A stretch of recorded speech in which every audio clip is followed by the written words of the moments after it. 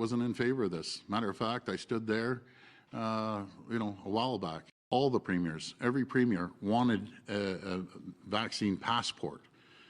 And unfortunately, the federal government decided to go to an unnecessary election, which I'm still shaking my head over, in the middle of a fourth wave and a pandemic, and then telling us just 3 weeks ago that they wouldn't be able to get it done till the 24th.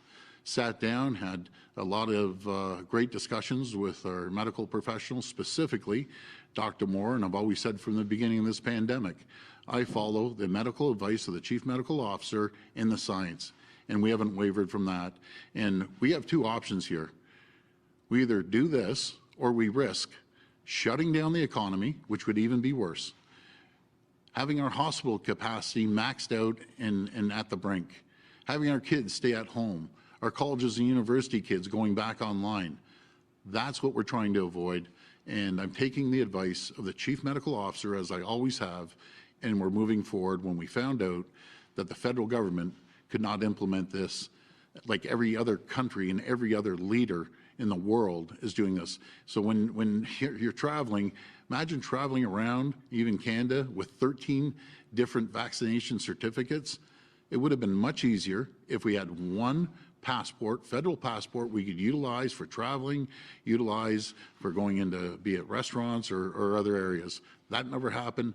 We've stepped up, and we're going to make this happen and move forward.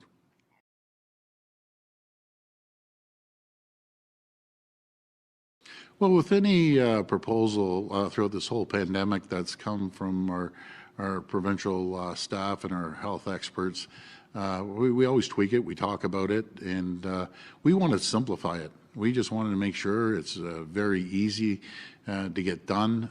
We wanted to simplify it, and some folks are probably wondering who this good-looking gentleman at the end, he's Minister Khalid Rashid, that again is the Minister of Digital Government.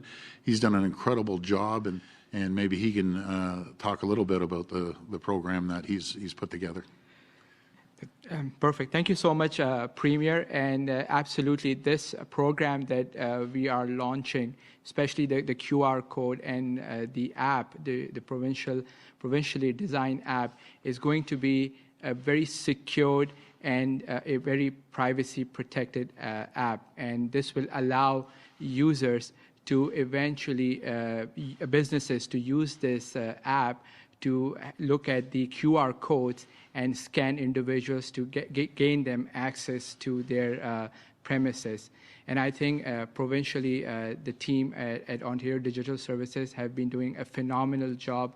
My team has been working around the clock to make sure that we have a solid product by October 22nd, ready to go. We just wanted to, again, make it standardized and simplified as possible.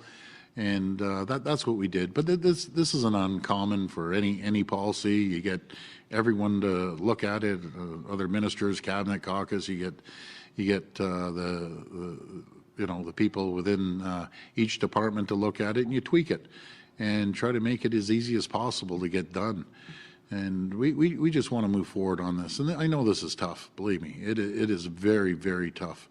But it's something necessary that we have to do.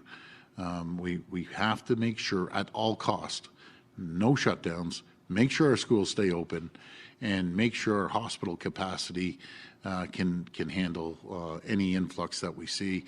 And by the way, I'm going to give my right-hand person a real shout-out, Minister Christine Elliott, that's been shoulder to shoulder with me from day one, working her back off around the clock, making sure that the hospital capacity in ICU is increased. She's done an incredible job since the beginning of this pandemic, and I'm so grateful for her hard work, diligent work, and with her leadership, we're really doing a pretty good job getting through this.